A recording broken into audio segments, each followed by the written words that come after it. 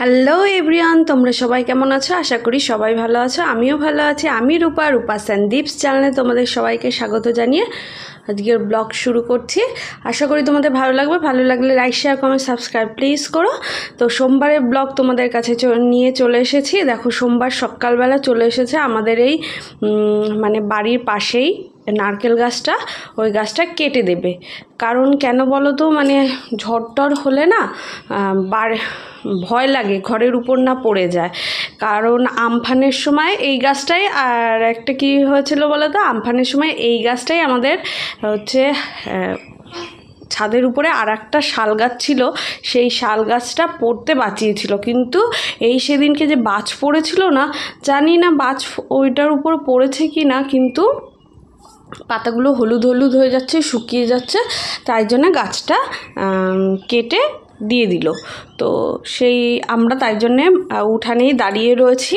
আর এই দেখো, গাছের মাথায় একজন উঠে পড়েছে, পাতাগুলো প্রথমে এই যে কেটে কেটে ফেলছে, তারপরে একেবারে আস্তে আস্তে কেটে নামিয়ে দেবে গাছটা। তো আমরা সবাই দাঁড়িয়ে রয়েছি। এটা প্রচণ্ড উঁচু গাছটা, বেশ 3 তলার সমান মনে হয়। হ্যাঁ, 3 তলার সমান, তার বেশি ছাড়া কম না। তাই সবাই চলে এসেছে, মানে 4-5 জন এসছে কাটার জন্যে। তো বাবা, আমি, মা সবাই মোটামুটি দেখছি। দেখো, নারকেল গাছের মাথাটাও হচ্ছে কাটা হয়ে গেছে, আর ওদের কাটাও মানে শেষ হচ্ছে, আর সমস্ত কিছু পরিষ্কার করে দিচ্ছে। মানে যে গাছ কাটা হচ্ছে একটা মনেই হচ্ছে না, ওরা সমানে পরিষ্কার করে ওখানটায় খালি করে দিচ্ছে।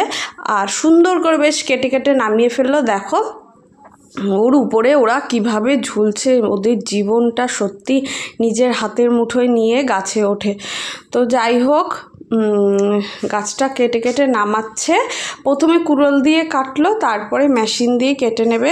উপরেরটা কুড়োল দিয়ে কেটে নিচ্ছে। আর এত উঁচুতে গিয়ে কুড়াল দিয়ে কাটতে কি কষ্ট হচ্ছে যে আমি একটু করে কাজ করছি আর একটু করে দেখতে আসছি। দেখতে ভালোও লাগে। আর আমাদের না পরপর অনেকগুলো গাছ কেটে ফেলতে হচ্ছে সমানে।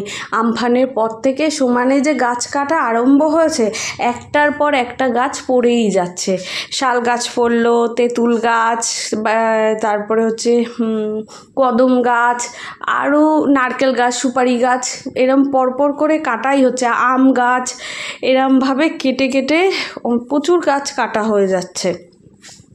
তো এটাও কেটে দিলাম। আরও কয়েকটা হচ্ছে সুপারি গাছও কেটে দেবে একেবারে। কয়েকটা সুপারি গাছ সেই ঝড়ে মুড়ে ভেঙে রয়েছে, কার গায়ে কখন পড়বে সেই কারণে দেখো কুড়োলটা উপর থেকে ফেলে দিল। তো কেউ ছিল না অবশ্য নিচে, সেই জন্যেই ফেললো। আর এই দেখো গুঁড়িটা ফেললো। আর কতটা রিস্কে, নিচে যদি কেউ থাকে একদম থেতো হয়ে যাবে। আর উনি কোনো ভয় নেই, দেখেছো উপরে একদম গাছের উপরে দোল খাচ্ছে। আর গাছের ওই গুঁড়িটার ধাক্কায় আমাদের যে লেবু গাছটা ছিল, লেবু গাছ থেকে এতগুলো লেবু পড়ে গেছে।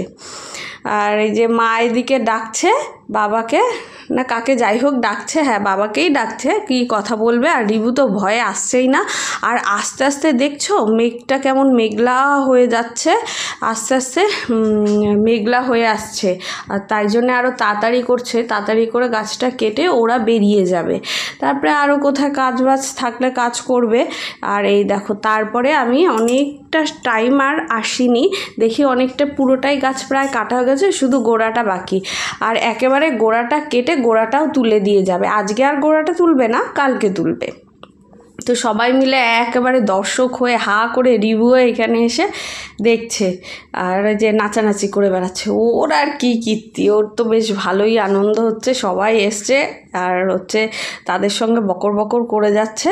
আর রিভুকে খেতে একটা ডাবও দিয়েছে। ওরা গাছের উপরে উঠেই ডাব খাচ্ছে, তার রিভুর জন্যে একটা ডাব দিয়েছিল খেতে। এই দেখো, এই গাছ এই গুঁড়িটাও কাটা হয়ে গেল। এটা মেশিন দিয়ে কাটলো। এবার পিস পিস করে ওদের হচ্ছে মানে ফিতে নিয়ে এসছে, সে মেপে মেপে কেটে নিচ্ছে। কেটে নিয়ে এখন রেখে যাবে। আবার হচ্ছে বললো দুপুরে এসে এই সবগুলো নিয়ে যাবে। আর এই দেখো, এখানেও দুটো সুপুরি গাছ কাটা হচ্ছে। আরও 2টো সুপুরি গাছ কাটা হয়ে গেছে, ওই দিকটায় রাখা রয়েছে, কেটে গুছিয়ে দিয়ে রেখে দিচ্ছে। আর এই দেখো, এই গাছটা মুড়ে গেছে, তাই বাবা দেখালো এই গাছটাও কেটে দিতে। যখন তখন ভেঙে পড়ে যেতে পারে, তো ঝড় এমন হয় না। আর সুপুরি গাছ প্রচণ্ড দোলে, এই যে এই গাছটা ওইখান থেকেই কেটে দেবে, তারপরে আর একটা গাছ গোড়ার থেকে কেটে দেবে। সুপারি গাছও অনেক কেটে দেওয়া হচ্ছে, এর আগেও অনেকগুলো সুপারি গাছ কাটা হয়েছে। তো যাই হোক, এরা সুন্দর করে বেশ কেটে টেটে দিয়ে পরিষ্কার করে চলে যাবে। আর হচ্ছে পরের দিন আসবে গোড়া তুলতে আর একজন। এই যে লেবু গাছটার যে কি অবস্থা হচ্ছে, সেই পাতা মুতা ছড়িয়ে একাকার। অনেক লেবু অবশ্য পড়ে গেছে। তো এই পাশের ডালে যত লেবু ছিল মোটামুটি অনেকগুলোই খালি হয়ে গেছে। তারপরে কি বলো তো, আর অন্য কোনো কাজের ব্লগ দিতে পারিনি, দেখাতেও পারিনি তোমাদের কাজবাজ। এই নিয়েই কেটে গেল, গাছ কাটা নিয়ে। কারণ যাচ্ছি আর টুক করে কাজ করে চলে আসছি, আর ওরা দেখো সব গুছিয়ে টুছিয়ে দিয়ে চলে গেল। আর ওরা যেতে না যেতে পুরো অন্ধকার হয়ে আসছে, চলে এসছে। দেখো বাবা গাছটা সবে যে হাওয়াতে ভেঙে না যায় সেই জন্য বাজছে। আর এই দেখো মেঘ পুরো কালো হয়ে গেছে, মানে মা ওরা কথা বলতে বলতে একদম কালো হয়ে বাবারে সমানে বলছে হাওয়া ছেড়েছে, তুমি ঘরে চলে আসো। বাবা সে বেঁধে বুঁধে দিয়ে তারপরে আসবে, সেই জন্যে। আর আমি আর রিভু এইখানটায় দাঁড়িয়ে রয়েছি, মাও দাঁড়িয়ে রয়েছে বাবার সঙ্গে। আর হাওয়া দেখো ভালোই হাওয়া ছেড়ে দিয়েছে, অন্ধকার হয়ে রয়েছে। এই দেখো এখানে লেবুগুলোও ওই পুকুর পাড়ের যেগুলো রয়েছে সহজে তো নামা হয় না, বাবা নেমেছে তাই জন্যে একেবারে লেবুগুলো ছিঁড়ে দিল। আর এই দেখো হাওয়াও কি দিচ্ছে, আমি বারবার করে চিৎকার করছি, শোনেই না কোনো কথা। আর এই দেখো এমন অন্ধকার হয়ে গেছে, কারেন্টও চলে গেছে, অন্ধকার পুরো একদম ঘুটঘুটে হয়ে গেছে দিনের বেলা।